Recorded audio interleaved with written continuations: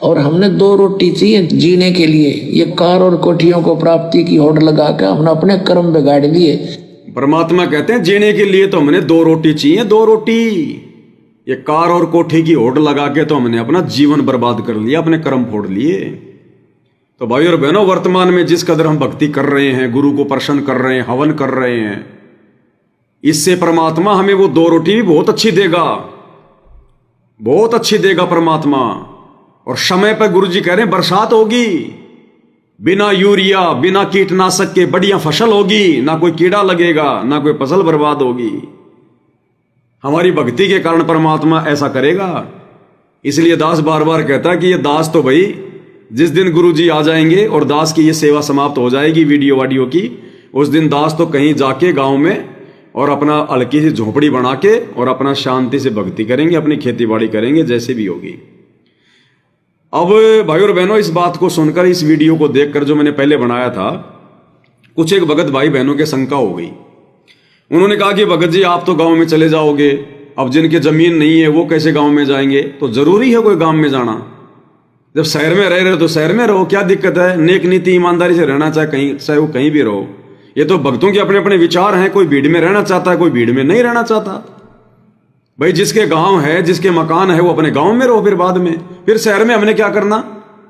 जब परमात्मा गांव में सारी सुविधा देगा, कबीर सागर के सरलार्थ में गुरुदेव ने लिख दिया कि छोटे छोटे काम धंधे शुरू हो जाएंगे, ये ज्यादातर फैक्ट्रियां कंपनियां वगैरह नष्ट कर दी जाएगी, विज्ञान को ज्यादातर समाप्त कर दिया जाएगा, इन भौतिक वस्तुओं को ज्यादातर समाप्त कर दिया जाएगा, लोग सिंपल कपड़े पहनेंगे, सादा जीवन जिएंगे, और गांवों में पहले की तरह काम धंधे शुरू हो जाएंगे। छोटे छोटे जो कुटीर उद्योग है, लघु उद्योग है, वो शुरू हो जाएंगे। कुम्हार अपना मटका बनाएगा, ये स्टील फिस्टील के बर्तन, गैस कुकर फुकर कोई काम में नहीं लेगा। आजकल तो पता नहीं क्या क्या बनाओ, क्या आती है वो इडली डोसा सांभर बनाओ, पता नहीं उसके लिए लेके आओ, कुकर में दाल पकाओ, कुछ नहीं। परमात्मा ने साफ साफ लिखा हुआ है कबीर सागर के सरलार्थ में, कुटीर उद्योग शुरू हो जाएंगे, लघु उद्योग जैसे पहले होते थे।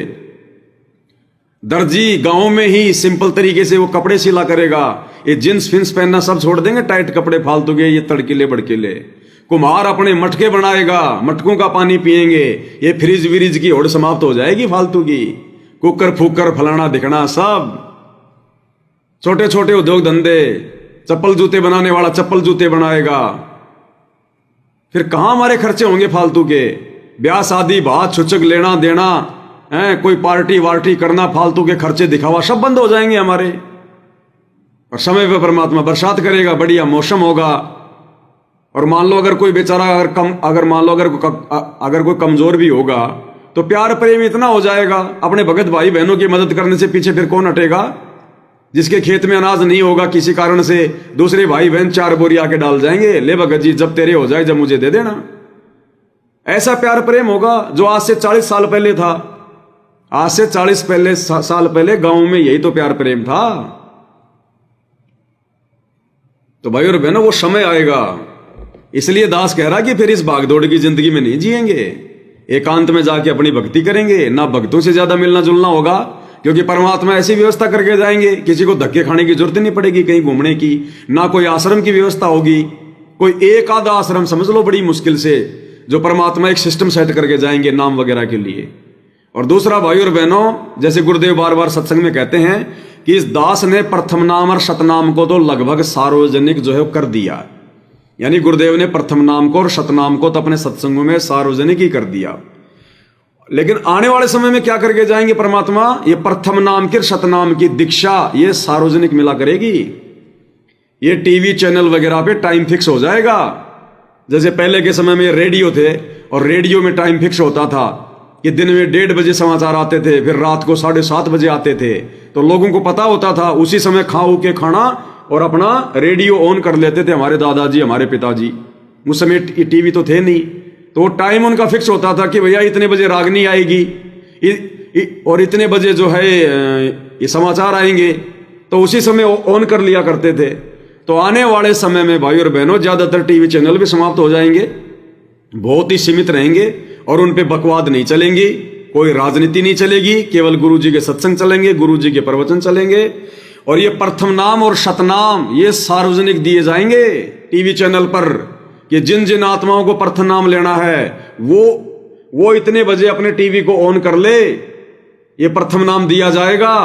उस समय वो गुरु जी की डीवीडी चलेगी ओरिजिनल खुलेआम, और उस समय बैठ के नाम लेंगे जिन जिन को लेना होगा। फिर सतनाम जिनको लेना होगा वो बैठ जाओ भाई खोल के अपना टीवी। ये 2 मंत्र तो सार्वजनिक मिलेंगे, सार्वजनिक।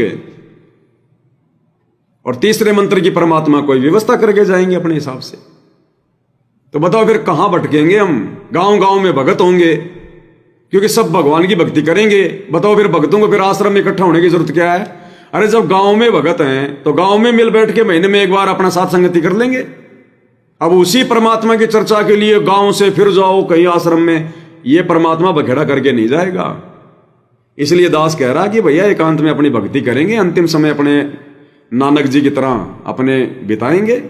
और तुम टेंशन क्यों ले रहे हो भाई शहर में रहने वालों? अरे जिनके जमीन नहीं, जिनके मकान नहीं, वो टेंशन क्यों ले रहे हो? ये जमीनी जमीन खाली पड़ी रहेगी, जमीनी जमीन। ये जितने बड़े बड़े जो ये जमींदार जो ये जमींदार जो बन के बैठे ना, ये जमीनों के मालिक 100 बीघा 200 बीघा, ये बिना भक्ति के इनके बक्कल उतरेंगे, इनकी जमीन खाली पड़ी रहेगी। और अगर भक्ति में आ गए तो ये खुद ही कहेंगे भगत जी मैं क्या करूंगा, भगत जी मैं क्या करूंगा इस जमीन का, मेरे लिए तो 5 बीघा बहुत है, ये 150 बीघा तो फालतू है। लो भगत जी 5 बीघा आप लो, 10 बीघा आप लो, खाओ कमाओ। ऐसा माहौल आ जाएगा आने वाले समय में। ऐसा परमात्मा सतयुग जैसा माहौल पैदा कर देगा यहां पर हजारों वर्षों के लिए। तो जिनके मकान नहीं है, जिनकी जमीन नहीं है, उनको मकान भी मिलेगा, जमीन भी मिलेगी, एक्स्ट्रा फालतू में पड़ी रहेगी। और फिर फालतू में कोई जोतेगा ही नहीं, क्योंकि वर्तमान में तो ज्यादा से ज्यादा जमीन लोग इसलिए जोत रहे हैं क्योंकि ज्ञान तो है नहीं। और उसी जमीन में ठोक ठोक के यूरिया, ठोक ठोक के यूरिया, फसल पे फसल, फसल पे फसल। क्यों? भौतिक इच्छाओं के कारण है। हमने गाड़ी भी उसी जमीन की पैदावार से लाना है, हमने ब्याह शादी भी उसी जमीन की पैदावार से करना है, बच्चों की पढ़ाई की फीस भी उसी जमीन की पैदावार से। इसलिए आदमी भाग रहा है दिन रात बैल और गधे की तरह। और आने वाले समय में कुछ नहीं होगा, सिंपल तरीके से सब कुछ। तो कोई भागदौड़ नहीं करेगा, आराम से खाली पड़ी रहेगी ये। बाकी खाली जानवरों के लिए, गाय भैंसों के लिए, पशुओं के लिए खाली पड़ी रहेगी। आदमी बहुत सीमित खेती करेगा और उसी में परमात्मा छप्पर फाड़ के दे देगा। तो जिन भाई बहनों के शहरों में मकान है, गांव में जमीन नहीं है, वो चिंता मत करो। लेकिन उम्मीद भी लगा कि मत बैठना, उम्मीद भी लगा कि मत बैठना कि मुझे भगत भाई देंगे इस प्रकार से। वो तो मालिक दिलवाएगा, ऑटोमेटिक परमात्मा ऐसी व्यवस्था करके जाएगा, ऐसा सतयुग जैसा माहौल पैदा करके जाएगा। जल्दबाजी में थोड़ी जाएगा सतलोक हमारे को बीच में छोड़ के, हर प्रकार से सेट करके जाएगा। अरे हम तो चले जाएंगे, जो मेरी जमीन हो फिर तुम पा लेना भाई, मेरे हिस्से में जो जमीन होगी जैसे भी मालिक दया करेंगे। हमने तो गुरु जी के रहते सहते जाना सतलोक, पीछे से तुम लोग जोत लेना भाई, अगर तुम्हारी दिक्कत हो रही है तो, अगर ज्यादा जमीन नहीं है तो। कहने का मतलब है अभी तो समय है भाई और बहनों आगे का। अभी वर्तमान में भक्ति नहीं हो रही है, रियल में भक्ति नहीं हो रही है। और थोड़ी बहुत भक्ति कोई कर रहा है तो केवल सत्सेवक भाई बहन, बाकी वर्तमान में संगत भक्ति नहीं कर रही। और कहां से भक्ति कर लेगी जब भक्ति को करवाने वाला संघर्ष कर रहा है। अरे जो भक्ति करवाने के लिए सतलोक से चलकर आया है गुरुदेव भगवान, जब वो खुद ही संघर्ष कर रहे हैं, जेल में बैठे हैं, तो भगत क्या खाक भक्ति कर लेंगे? अरे भक्ति करवाने के लिए तो भगवान संघर्ष कर रहा है फिलहाल। आप और हमने उनके संघर्ष में सहयोग करना चाहिए। और हम भाग रहे हैं राजनेताओं की तरफ, स्टेडियम बनाने की तरफ, आरक्षणों में भाग रहे हैं, जबकि हमने अपने बाप का सहयोग करना चाहिए था, उनके मिशन को आगे बढ़ाना चाहिए था। और हम लोग हो गए काल के गुलाम, हम लोग हो गए दुनिया के गुलाम। तो इसलिए माहौल बिगड़ेगा, क्योंकि भगत ही नहीं समझ पा रहे। जगत तो कहां से समझेगा, भगत ही नहीं समझ रहे। इसलिए माहौल बिगड़ेगा भाई और बहनों एक बार। और ये माहौल बिगड़ेगा तब ये काल छटनी करेगा। जो अधर्मी आत्मा है, भक्ति के योग्य नहीं है, उनको काल ले जाएगा उठा के। ये जनसंख्या सीमित हो जाएगी, थोड़ी हो जाएगी, और फिर खाली पड़े रहेंगे तुम्हारे शहरों की बिल्डिंगें। इनके अंदर कबूतर अंडे देंगे। ये जो 10-10 मंजिल की, 20-20 मंजिल की लोगों ने जो बिना ज्ञान के बना के छोड़ दिए ना, ये अपने ये धंधे के लिए, इन महलों में भगत तो रहेंगे नहीं। भगत की तो आस्था ही खत्म हो जाएगी। भगत को तो पूरी कोई बिल्डिंग दे देगा तो भी थूकेगा उसकी तरफ है। इनके अंदर भाई और बहनों कबूतर अंडे देंगे, कबूतर अंडे। सब इस शहरों से बाहर निकल के भक्ति करना चाहेंगे अपनी सुख शांति से। 2 टाइम की रोटी भगवान देगा, भक्ति से देगा, और ऐसी दे देगा कहां से व्यवस्था कर देगा परमात्मा, फिर कौन फंसेगा। इसलिए दास कह रहा था कि हमने तैयार होना है उसी हिसाब से, हमने उसी हिसाब से अपने आप को सेट करके चलना है। और जब वर्तमान में सेट होके चलेंगे तभी तो हमारी वैसे भाव बनेंगे। फिर हम ये सोच लें कि नहीं मैं तो आगे ऐसा रहूंगा, गुरुजी ने कह रखा कि मेरे को बढ़िया धन मिलेगा, बढ़िया पैसे हो जाएंगे, बढ़िया सुख मिलेंगे, फिर हम क्या खाक करेंगे फिर। अरे गुरु तो देगा लेकिन हमने लेना नहीं है। गुरु तो देगा लेकिन हमने हाथ जोड़ने, हमने नहीं लेना, क्योंकि फिर गुरु ने इस माया के अवगुण भी बता दिए। अरे आग को कोई अपने नजदीक आने देगा क्या? ये माया, ये संपत्ति तो आग है, आग। आग से तो हाथ जोड़े जाते हैं, भैया तू दूर रह रे, इसकी तो तपन भी बेकार है। हाथ अंदर चला गया तो क्या होगा?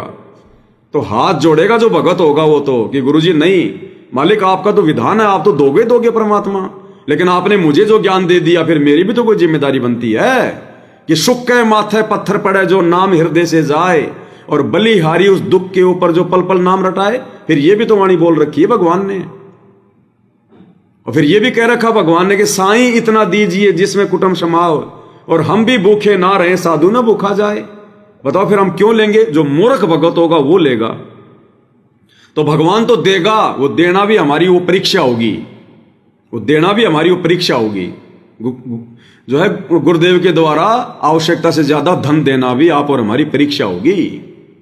लेकिन हमने हाथ जोड़ लेना है कि गुरुजी बस परमात्मा दास तो इसी में सुख शांति से रह लेगा, बस आपका आशीर्वाद चाहिए, इससे बड़ी कोई संपत्ति कोई धन नहीं है मालिक, आप साथ हैं तो सब कुछ है परमात्मा। इस प्रकार से तो क्या करें गुरुदेव? उम्र का काम करें, रिश्वत ले में, चोरी, देसी घी की जो चलाते हैं गाय और भैंस के घी की। और यहाँ भी हम प्रत्येक समागम पर हवन करते हैं, इससे उस ओजोन गैस को सहारा मिलेगा और वातावरण बहुत अच्छा बनेगा, इससे वर्षा होया करेगी और बहुत अच्छा माहौल फिर से होगा। और हमने 2 रोटी चाहिए जीने के लिए, ये कार और कोठियों को प्राप्ति की होड़ लगा कर हमने अपने कर्म बिगाड़ लिए। 2 नंबर का काम करें, रिश्वत ले में, चोरी करें, डाके मारे, कहाँ ले जाओगे? यही छोड़ जाओगे और पल्ला झाड़ कर जाओगे, केवल पापों की गठरी तुम्हारे साथ होगी। उससे बचने के लिए तरीका अपनाना पड़ेगा जो दास बताने जा रहा है। यहाँ भी सुखी होगे, सतलोक चले जाओगे, आपको आवश्यक वस्तु अवश्य मिलेंगी जो आपको आवश्यक होगी। आपको आवश्यक वस्तु अवश्य मिलेंगी, किनको? जो भगत होंगे, जो भक्ति करेंगे, जिनका टारगेट मोक्ष होगा। आवश्यक वस्तु परमात्मा उनको अवश्य देगा। फिर बताओ फिर फालतू में क्यों हम लोग मुझे फंसे? फालतू में क्यों हाय हाय करें? क्यों हम धन के बारे में सोचें कि मुझे गुरुजी धनी बनाएंगे, गुरुजी मुझे धन देंगे? वो गुरुजी है, परमात्मा है, सब देख रहा है हमारी सोच को, सब रोजाना वो पढ़ रहा है कि ये किस चीज को जो है टारगेट बना के जो है वो बैठे हुए हैं। तो हमने गुरु को नाराज थोड़ी करना है, हमने गुरु नाराज थोड़ी करना है भाई। जब गुरु देख लेगा कि ये तो कति अपने आप को मिट्टी समझ बैठा है, फिर परमात्मा संभालता है फिर भगत को। परमात्मा कहां से क्या व्यवस्था कर देगा उसका काम है, काम हमारा बिगड़ने नहीं देगा। फिर क्या आवश्यकता हमने उनसे जो है ज्यादा मांगने की? मांगना तो फिर वही चाहिए जो गुरुजी ने बता रखा है, भक्ति दान मोहि दीजियो देवन के देवा हो। भक्ति मांगो ना, भक्ति से सब कुछ मिलेगा। जाओगे, केवल पापों की गठरी तुम्हारे साथ होगी। उससे बचने के लिए तरीका अपनाना पड़ेगा जो दास बताने जा रहा है। यहाँ भी सुखी होगे, सतलोक चले जाओगे, आपको आवश्यक वस्तु अवश्य मिलेंगी जो आपको आवश्यक होगी। आपको घर बैठे दे देगा भगवान, लेकिन क्रिया तो करनी ही है, क्योंकि ये लोक क्रिया करने का है। पर नेक नीति से काम करते रहना और भक्ति को तय दिल से करते रहना, बेड़ा पार हो जाएगा।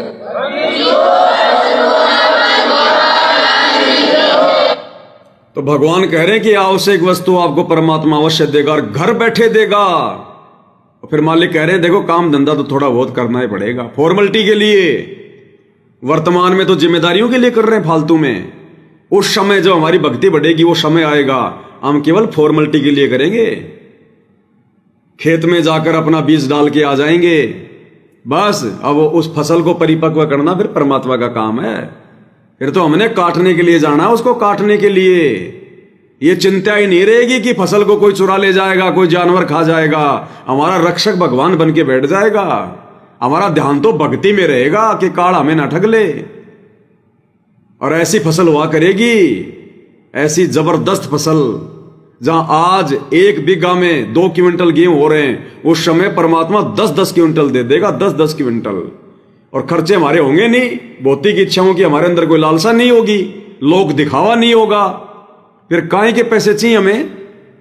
फिर तो सिर्फ दाल रोटी, इससे ज्यादा कुछ नहीं। और ना कोई मर्यादा तुड़वाने वाला होगा, घर घर में भगत होंगे, जो मिलेगा वही परमात्मा की चर्चा करेगा, खुशी का माहौल होगा, अपना आराम से टाइम पास करेंगे, भगवान का भजन करेंगे, चले जाएंगे अपने। तो परमेश्वर ने बिल्कुल क्लियर कर दिया भाई और बहनों। ये 2 छोटे छोटे सत्संग आज ये दास की नजर में आए थे, क्योंकि भाई और बहनों रोजाना परमात्मा ने हमें क्या भक्ति की खीर खिलानी है, वो परमात्मा दास को दे देते हैं रोजाना कि भाई आज तुझे इस टॉपिक पे बोलना है, आज तुझे इस टॉपिक पे बोलना है। और बड़ी मुश्किल से मुझे परमात्मा 2 घंटे पहले प्रेरणा करते हैं। कोई सत्संग भी हाथ लगता तो 2 घंटे पहले, अन्यथा दास के पास तो है शॉर्ट वीडियो, लेकिन उनका तो भगवान नंबर ही नहीं आने दे रहा। दास जो सत्संग सुनता है रोजाना, उसी में से पॉइंट निकल के आ जाते हैं। अब ये वही सत्संग है जो आपने सुने आज। ये दास ने आज ही सत्संग सुने थे। परमात्मा ने अभी शाम को संध्या आरती के बाद में इनकी कटिंग करवाई है, आधा घंटे पहले, और अब परमेश्वर ने 3 घंटे का वीडियो बनवा दिया। तो भाई और बहनों, गुरुदेव के सत्संगों में अथाह ज्ञान छुपा हुआ है, अथाह भेद ही भेद है, संकेत ही संकेत है। बस हमने थोड़ा सोचना है कि गुरुजी इन सत्संगों के माध्यम से हमें समझाना क्या चाहते हैं, हमें कहना क्या चाहते हैं। और वो भी हम नहीं कर पा रहे थे, क्योंकि हम ठहरे 2 कोटि के जीव सारे के सारे। इसलिए फिर भगवान ने 7 संगतियां शुरू करवाई कि साध संगतियों के माध्यम से ये भेद निकल के आएगा। साध संगत से भेद जो पाया, सतगुरु रामपाल जी परमेश्वर जी ने सफल बनाया। यानी गुरुदेव भगवान के आशीर्वाद से अब 7 संगतियों के माध्यम से रोजाना आप और हमारा चिंतन मनन हो रहा है, ताकि इस ज्ञान की और भगवान की भूल ना पड़े। ये आप और हमारे ऊपर महा उपकार है, गुरुदेव का महा उपकार। ये उन आश्रम वाले भाई बहनों को देख लो आप, काल सुनने नहीं दे रहा वीडियो, 7 संगति के वीडियो सुनने नहीं दे रहा, डरा रखा है भयंकर तरीके से कि नामखंड हो जाएगा। जबकि उधर काल उनसे राजनीति करवा रहा है, उससे नामखंड नहीं हो रहा। परशुराम की जयंती में ले जा रहा है, उससे नामखंड नहीं हो रहा। गुंडों को, उन कुपात्रों को, उन जो है वो आरक्षण वालों को ज्योति पाठ और दान का पैसा दे रहे हैं, इनका पैसा जो है वो बर्बाद हो रहा है, राजनीति में लग रहा है, उससे इनकी मर्यादा खंड नहीं करवा रहा काल है।